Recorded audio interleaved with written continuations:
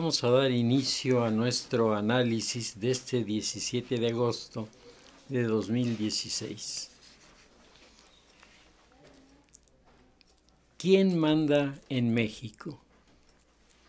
Esta es una pregunta inquietante porque la mayoría de las personas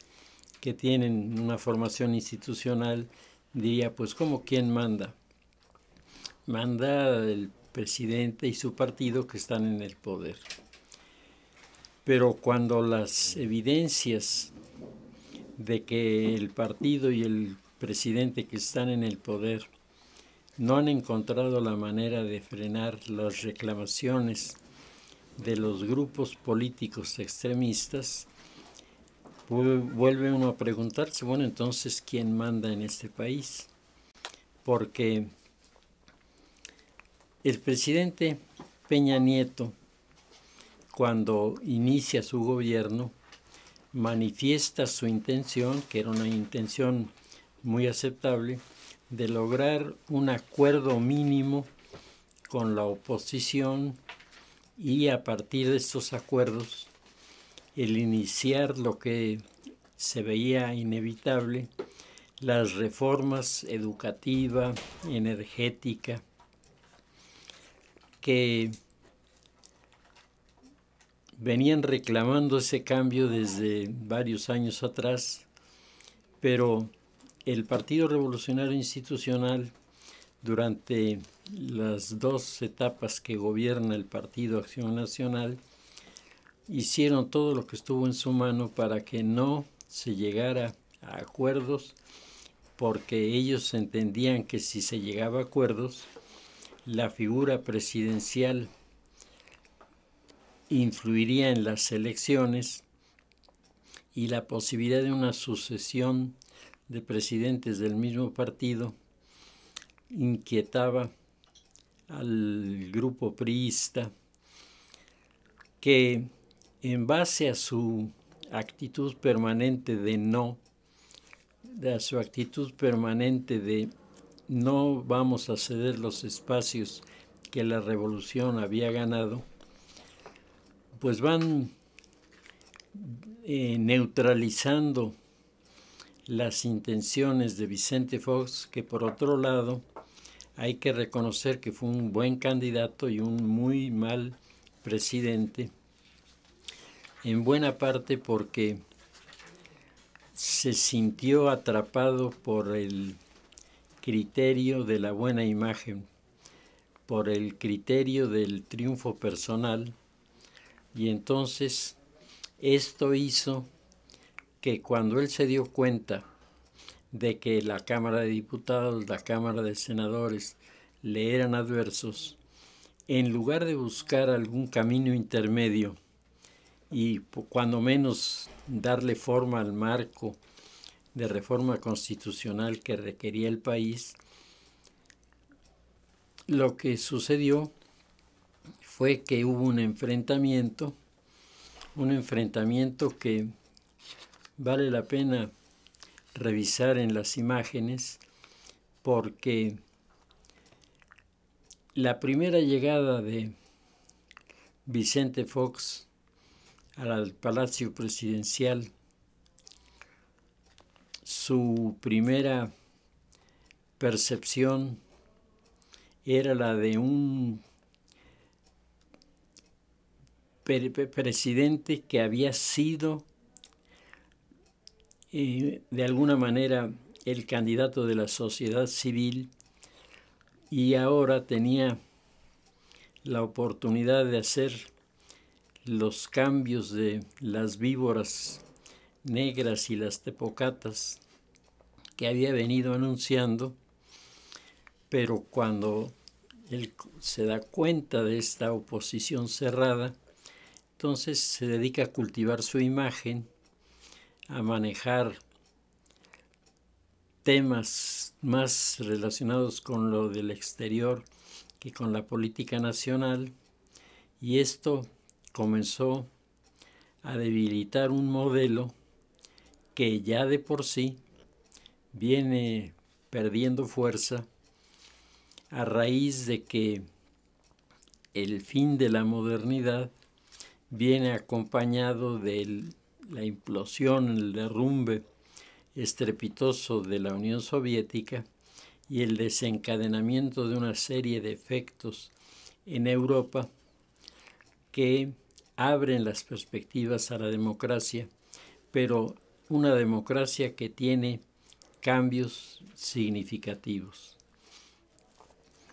Lo que ocurría en el escenario internacional no nos era ajeno, por mucho que algunos quisieran o creyeran que se podía trabajar al margen del resto de la comunidad. Y la pregunta que en aquel momento asaltaba a todos los que estábamos viendo la primera presentación del presidente en la Cámara de Diputados es si sería posible con estos candidatos de la oposición que habían triunfado y formaban la Cámara, si sería posible llegar a un entendimiento o si esto no era factible, poder realizar por decreto algunas de las transformaciones. Pero todo esto, y eso cualquiera que haya incursionado en la política lo sabe, todo esto tenía su precio.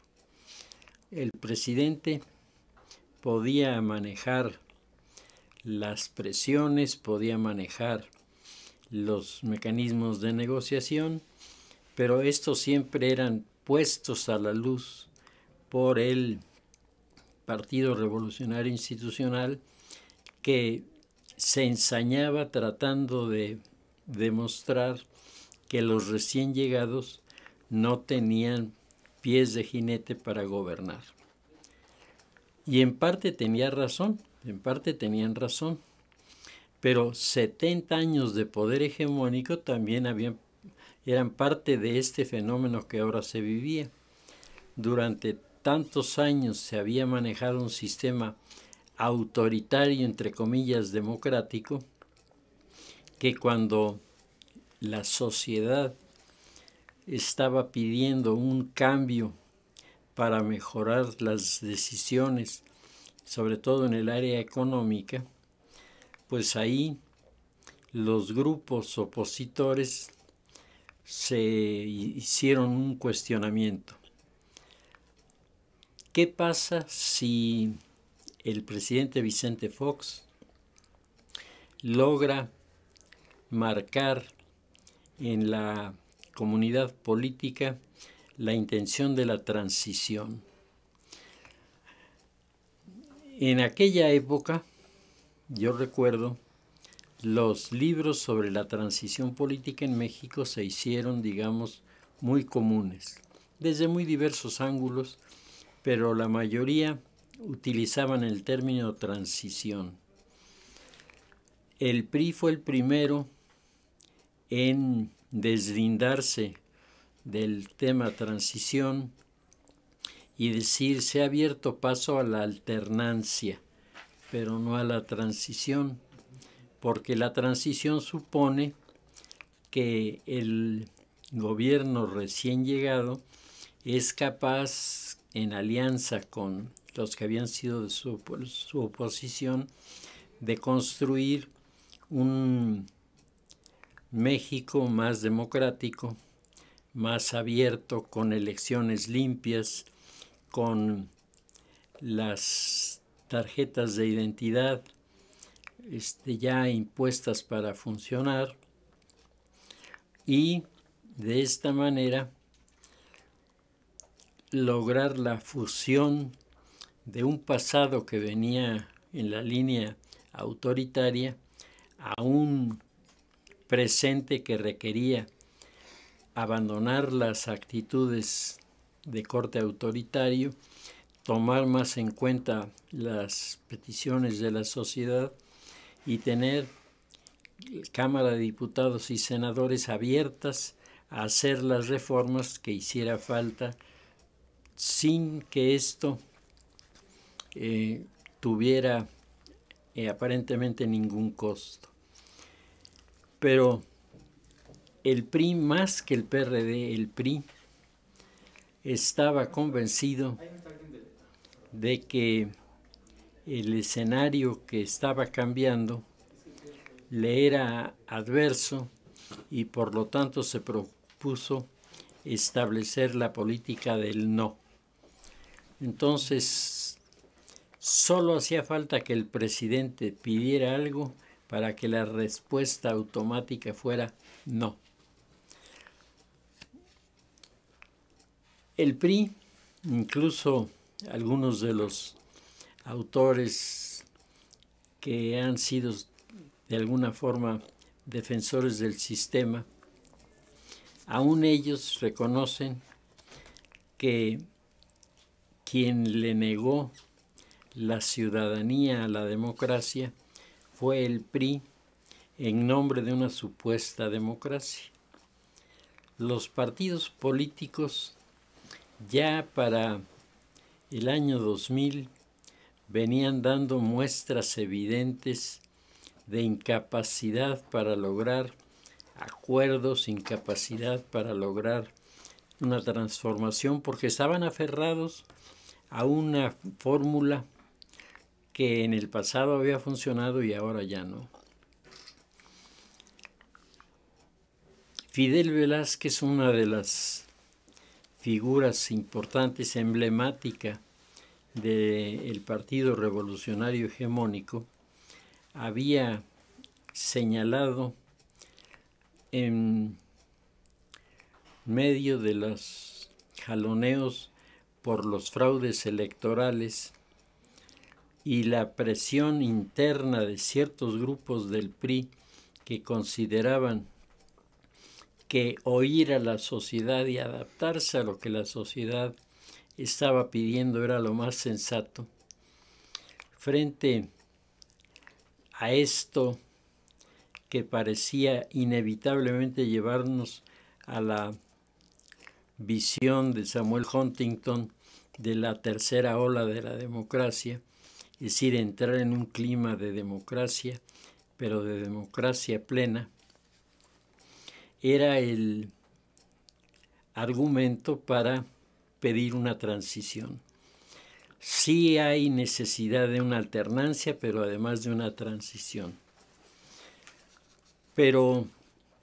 ni Vicente Fox ni muchos de sus opositores, y en el colmo ni siquiera el PAN, habían pensado en cómo crear las condiciones de una transición, es decir, no solo haber ganado el puesto de la presidencia, sino cómo establecer una agenda capaz de ser abordada, discutida y en los puntos de coincidencia aprobada para que el país fuera cambiando su rostro, fuera cambiando su imagen en el ámbito de la política, porque en el ámbito de la economía, hay que reconocerlo, Ernesto Zedillo, que había iniciado su gobierno con un tropiezo muy desagradable, a finales de su periodo maneja con mucha eficacia el tema de la economía de nuestro país y en el término que se usa, blinda a la economía mexicana para que pueda sortear la economía los esperados choques entre autoridad y funcionarios con los sectores de la industrialización, creando con ello, digamos, esta percepción de que si seguimos empujando en el sentido en que Vicente Fox lo hace, las cosas van a salir mal. Si nos abrimos a la democracia, y ahí regreso a Fidel Velázquez muy claramente había dicho, hablando del caso de Baja California, es muy importante que el presidente, en ese caso Ernesto Zedillo, considere que el triunfo de la oposición en un estado es semejante al caso de la señora, el ama de casa, que abre la puerta cuando toca el vendedor y el vendedor mete el pie y entonces esa puerta no vuelve a cerrarse nunca jamás. Decía Fidel Velázquez, lo que tenemos que hacer es no abrir la puerta. Si están exigiendo cambios para una transición, lo que nos conviene es no darle alas a la transición y comenzar a pensar de qué manera vamos a desmantelar lo que era el proyecto de Fox, que por otro lado tenía muchas cosas excesivamente simplistas y otras que dependían básicamente de la negociación. ¿Cómo hacerle, decía el PRI, para que lo que ocurra en el país sea achacado al presidente, mientras desde lejos los priistas hablarían y estarían diciendo, ya lo sabíamos, por eso es que nunca les dimos el poder, son unos novatos en el área de gobierno? Y la verdad es que era cierto que la sociedad mexicana entró a esa transición o a esta alternancia tratando de que el PRI no regresara, pero sin tener ni la sociedad ni Vicente Fox un proyecto para el futuro. La figura de Felipe González fue una figura muy representativa de esta época porque el Partido Socialista Obrero Español, el PSOE, del cual era miembro este personaje, había podido comprobar que dos corrientes absolutamente antagónicas, el franquismo y el movimiento de la democracia, haciendo un poco de presión y percibiéndose desde el poder en España que era necesario negociar, este factor se multiplica en su actualización con la muerte de Francisco Franco, porque muerto Franco y muerto el almirante que es asesinado por los grupos anarquistas poniéndole una bomba en su automóvil, muertas estas dos personas, el avance de la democracia en España se abrió paso. En su libro La Reina, que es una entrevista hecha por una periodista española con mucho tino, con mucha sensibilidad, la reina Sofía dice, si no hubieran muerto estas dos personas, la causa de la democracia en España estaba perdida. Felipe González, el primero de los personajes elegidos para entrar en la transición española, a la cual siempre se quiso recurrir como modelo, y acabamos descubriendo que era muy difícil que se aceptaran los presupuestos para una democracia más abierta y participativa. Felipe González estuvo en nuestro país durante varios meses y él comenzó a hacer declaraciones a los medios de comunicación que crearon una inquietud en el Partido Revolucionario Institucional.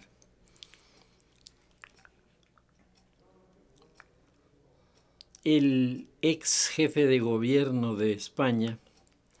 decía que la verdadera naturaleza de la democracia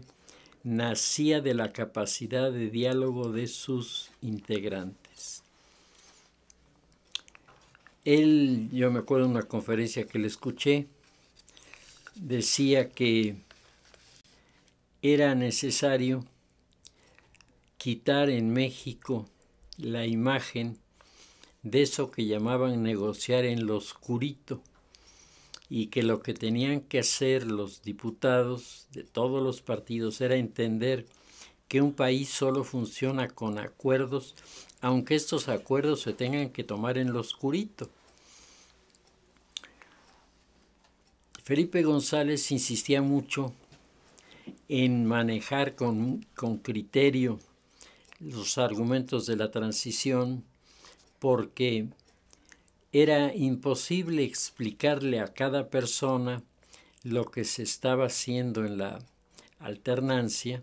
para dar paso a la transición, porque la gente estaba adoctrinada, estaba acostumbrada a que una vez llegado el nuevo presidente electo, que era electo desde que lo nombraban candidato, cuando llegaba al poder, los acuerdos eran internamente para compensar las pérdidas del bando opositor al interior del PRI, donde, como en todos los partidos, había diferentes grupos. La visión de un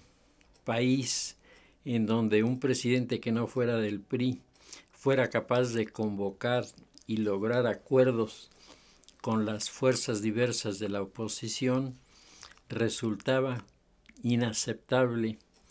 para los defensores del Partido Revolucionario, que se sentían, y esto lo expresó Manuel Bartlett muy claramente, se sentían traicionados por Zedillo. En una entrevista en la televisión sobre el tema de la transición política hecha con Manuel Bartlett, Bartlett dice: el gobierno de Vicente Fox es una especie de gobierno impuesto por la sorpresa, porque si Ernesto Zedillo se espera a hacer declaraciones el día de la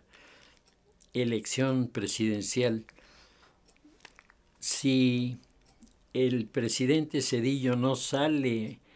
en los medios de comunicación a decir las tendencias favorecen en forma irreversible a la oposición, decía Bartlett, el PRI tenía todavía muchos argumentos, muchos elementos que podía hacer jugar para que este triunfo no se ratificara, pero no fue así. Zedillo, que entendía muy bien lo que estaba ocurriendo, Zedillo creó las condiciones para que el país transitara a una alternancia política que no tuviera un costo económico terrible, como había estado ocurriendo con los últimos gobiernos priistas, en donde los presidentes habían endeudado al país de una manera exagerada, habían fallado en muchos de sus programas, y por esto la sociedad protestaba. La sociedad dejó de sentirse cómoda y de acuerdo con estas posturas en las que la acción por la democracia significa cambios en el poder, no necesariamente cambios de personas, sino cambios de actitud para abrir el escenario, como decía Felipe González, a estos acuerdos que tenían que ser desarrollados con toda rapidez y eficacia. Decía al final de su conferencia Felipe González: mi recomendación es váyanse al oscurito y hagan los acuerdos que tienen que hacerse para que este país salga adelante. Sería una desgracia que el país no fuera acercado más a la democracia por el resultado electoral, sino que el país se viera afectado por ideas como las de Manuel Bartlett, que no se midió al manifestar su total oposición a Vicente Fox, haciendo una declaración que se volvió polémica en su tiempo, en donde Bartlett decía que al PRI le iba a ir bien cuando al PAN le fuera mal, y que para esto era necesario saber que todo lo que beneficia a Vicente Fox y a la apertura a la transición es inaceptable, porque lo que conduce al Partido Revolucionario Institucional es la convicción de que la sociedad se ha equivocado en buscar un partido que la representara, y ven las primeras acciones de Vicente Fox como un elemento que es peligroso, porque puede abrir mayores espacios a los deseos de participación. El gobierno de Vicente Fox fue un gobierno de situaciones muy desagradables, derivadas de la inexperiencia del presidente y derivadas también de las maniobras de la oposición, en este caso el PRI, de filtrar información, filtrar noticias que golpearan la figura presidencial y le impidieran a Vicente Fox el ejercer la autoridad y el poder. Vicente Fox no resistió mucho este modelo que se estaba generando. En la última sesión en donde estuvo en la Cámara de Diputados, recuerdo muy bien sus palabras: no, chavos, así no se puede, así no se puede. Había una intención de hacer el país más democrático, pero Vicente Fox no tenía la visión de hacer el país más democrático. Tenía la visión de ser el presidente más popular de la historia, y se quedó clavado en ese argumento, clavado en esa visión, en lugar de abrir los primeros espacios a la democracia en el país. Por otro lado, el Partido de la Revolución Democrática había aprovechado las circunstancias de las elecciones que llevaron a Fox al poder para intentar dar un golpe de Estado en la Ciudad de México. En la Ciudad de México,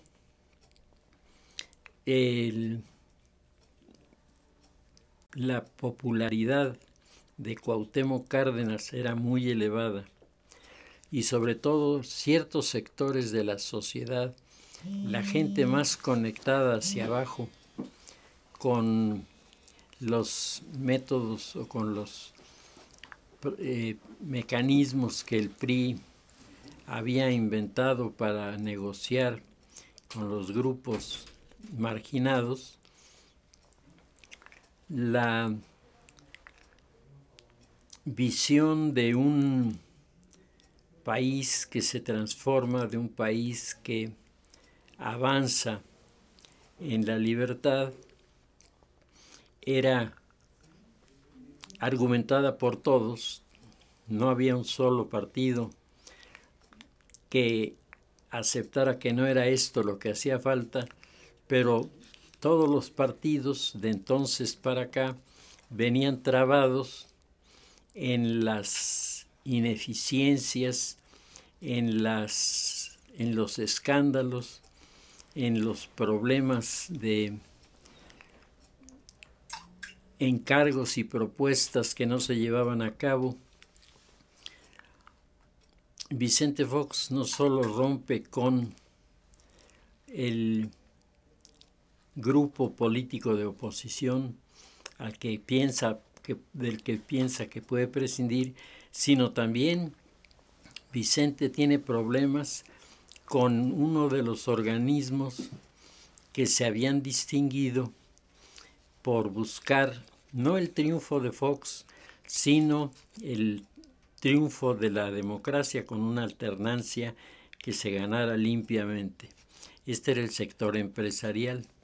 El sector empresarial de la Coparmex, de la Confederación de Empresarios, que estaban seguros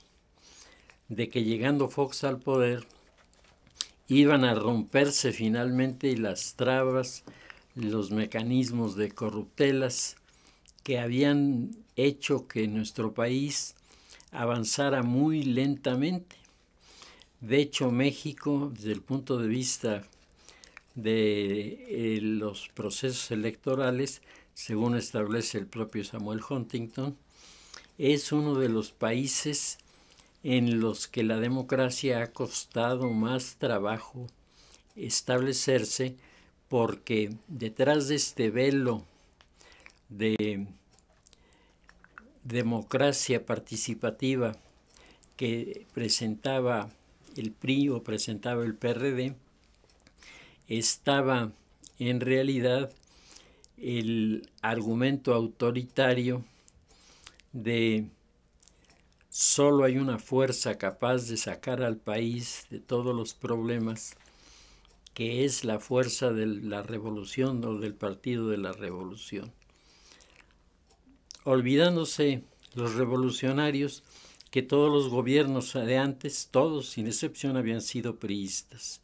pero la responsabilidad de que el asunto no funcionara era de Vicente Fox, y Fox, sintiéndose ofendido y sintiéndose incapacitado para poder sacar adelante alguna reforma importante, decíamos, se evade parcialmente de la realidad y se dedica a tratar de defender su imagen, que a la larga esta visión excesivamente personalista pues le lleva a pelearse hasta con el Partido Acción Nacional, del cual es muy importante recordar, Vicente Fox no era el candidato preferido del Partido Acción Nacional. En cierta forma, el triunfo de Vicente Fox es un triunfo de la ciudadanía que, cansada de el largo desarrollo de los modelos revolucionarios, quería ahora la sociedad que el país fuera más abierto, fuera más incluyente, fuera más plural. Las vertientes que llegaban desde el exterior a nuestro país provocaban olas de manifestaciones sociales que estaban exigiendo, estaban pidiendo una agenda en la que los partidos buscaran mejores formas democráticas de participación. El PRI en los últimos años había venido abriendo algunos espacios, había comenzado a reconocer la elección de algunos diputados de lugares poco influyentes, y con esto el PRI pensaba que delante de las organizaciones internacionales se ratificaría su vocación de orden democrático y el PRI saldría beneficiado. Las organizaciones internacionales, analizando el caso mexicano, decían que la democracia estaba atorada en la alternancia, y Vicente Fox no pudo, no quiso las dos cosas tal vez juntas, y cuando termina su mandato, la izquierda había venido cobrando fuerza y forma a partir de los éxitos de la izquierda en América Latina. En América Latina habían comenzado a producirse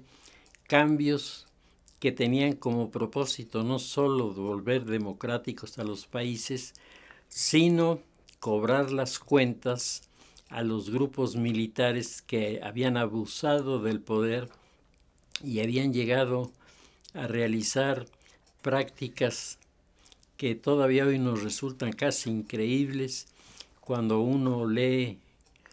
sobre el llamado Plan Cóndor, en el que los gobiernos latinoamericanos que habían sido recuperados por la sociedad civil, una sociedad civil muy afectada, muy ideologizada por los acontecimientos,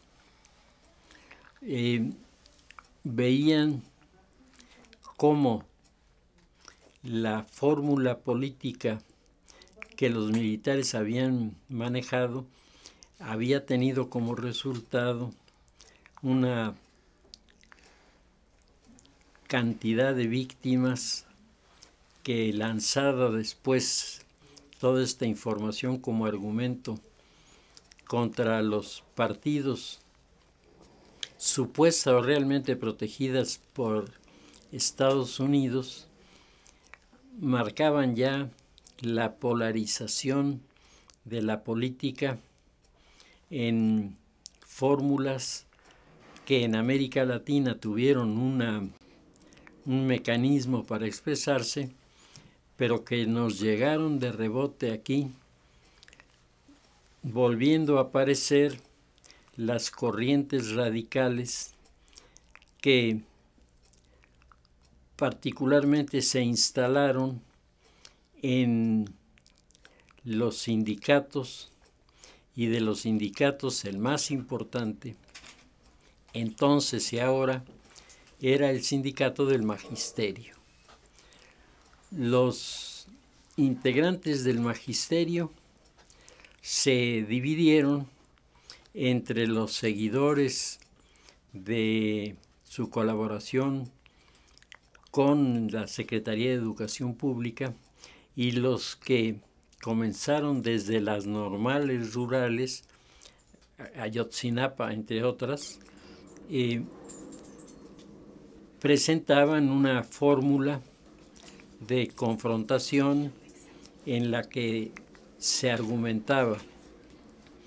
que en la política de México lo que hacía falta era la tercera gran revolución. Decían, ya se dio la revolución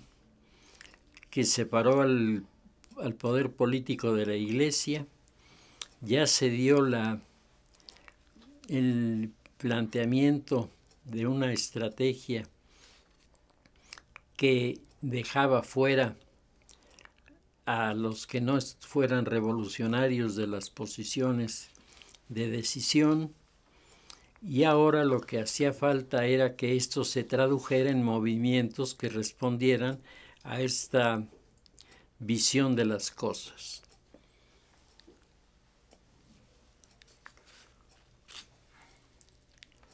La izquierda se volvió agresiva,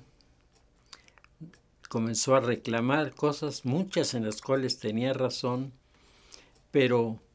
todo esto manipulado por sectores cuyo único propósito era deslegitimar al gobierno de Vicente Fox y calificar a Andrés Manuel López Obrador como el candidato con mayores posibilidades para lograr la elección al término del gobierno de Vicente Fox. Andrés Manuel López Obrador yo creo que todos conocen su historia, es un personaje que viene del PRI, que en el propio PRI era el niño malcriado que nunca aceptó los resultados electorales en su contra. Estaba el antecedente de las amenazas de López Obrador en el estado de Tabasco de afectar las instalaciones de los pozos petroleros, y con una visión así por parte de la izquierda, con un PRI que seguía sin entender lo que estaba pasando y seguía empeñado en que le fuera mal al gobierno porque esto favorecería su causa. Los grupos del priismo no estuvieron a la altura de su requerimiento en aquel momento, y el candidato que tomó la delantera fue el candidato Felipe Calderón. Con Felipe Calderón cambiaba el escenario porque Felipe era un viejo militante del Partido Acción Nacional. Su padre había sido una figura notable en estos acuerdos y desarrollos de política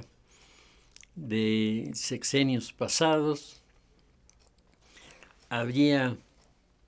en la visión política de la sociedad mexicana la esperanza de que el país avanzara, y ante los anuncios medio apocalípticos de Andrés Manuel López Obrador, una sociedad polarizada se expresa en las urnas con una votación que como nunca acerca los números a favor del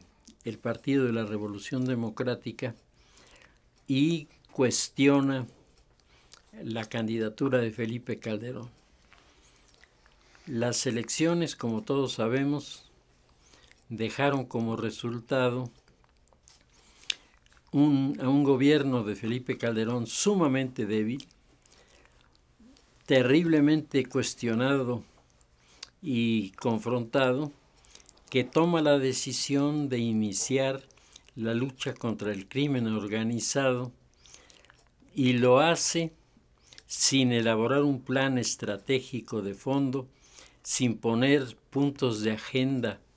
para ir liquidando este fenómeno que ya nos amenazaba de manera muy seria. Y entonces, con una acción que parecía en su momento muy exitosa, detener a los líderes de los grupos más representativos, se abrieron al interior de estos grupos las ambiciones de los jóvenes que buscaban pasar por encima de la autoridad de los mayores y comenzar a proponer ellos sus propios argumentos. Esta percepción por parte de la sociedad le permitió que el PAN desarrollara una campaña que era una campaña en la que se decía: Andrés Manuel López Obrador es un peligro para México. Y con esta visión de que López Obrador era un enemigo potencial, Se llega a la elección, decíamos, con unos números cortísimos, gana Felipe Calderón, pero al interior del PRI surge un desacuerdo con los que habían dirigido la campaña, y durante los años de gobierno de Felipe Calderón, estas fuerzas encontradas del PRI en muchos estados buscaron y lograron un acuerdo en el que el PRI iba a regresar al poder para demostrar que lo podía hacer y que lo que podía hacer era de valor para nuestro país. El proceso electoral llevó la candidatura de personalidades que al interior de los partidos representaban ya alianzas nuevas. El presidente Peña había logrado la unificación de ciertos sectores a partir de una alianza con los grupos tradicionales del estado de Hidalgo y de otros estados semejantes, y con estas alianzas se configuraba un gobierno que aseguraba de entrada poder lograr los acuerdos. Logra los primeros acuerdos y a partir de ese momento se desmorona lo que se había venido construyendo, porque era muy sobre las rodillas, y de repente, mientras los meses pasaban, la figura presidencial se va opacando, los escándalos en los cuales su familia está involucrada crecen, se multiplican y además se difunden por la prensa de manera, en algunos casos, casi ofensiva. Y el día de hoy, la pregunta con la que iniciábamos el análisis es: ¿quién manda en México? Porque los partidos siguen encerrados en sus triunfos como en una esfera que los aísla de todo lo demás, siguen viviendo de la tensión electorera mucho más que de los proyectos de desarrollo, pero la izquierda se ha organizado de tal manera que ha bloqueado al país, ha puesto al país de cabeza ante la inoperancia y ineficacia de un presidente que había, como Vicente Fox en su momento, asegurado que su llegada al triunfo de la presidencia vendría acompañada de acciones que demostrarían que el Partido Revolucionario seguía siendo el más fuerte y seguía siendo el que entendía cómo se resolvían los problemas. Hoy, a punto de llegar al cuarto informe de gobierno de Peña Nieto, la pregunta es: ¿la sociedad está convencida de que el modelo del presidente Peña Nieto ha resuelto los problemas que había asegurado? Y la otra pregunta es: ¿y hasta cuándo el gobierno será capaz de ponerle un hasta aquí a los que paralizan el sistema de comunicaciones en nuestro país, afectan a nuestra economía, nos aíslan de los inversionistas y parecen presentar un cuadro que tendría como fondo el mensaje de que la izquierda necesita su tercera revolución para finalmente convertirse en una izquierda que gobierne y resuelva los problemas? Así estamos en este momento. Se desdibujan mucho los programas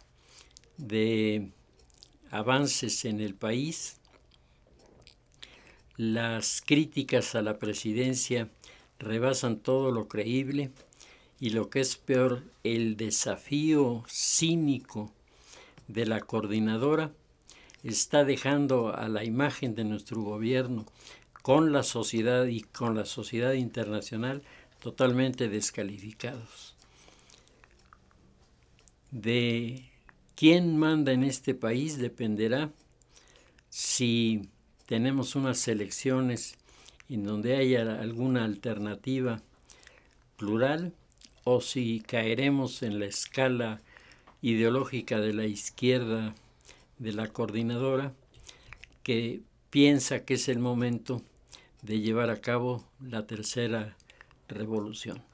Si les parece, lo dejamos ahí y continuaremos la semana próxima.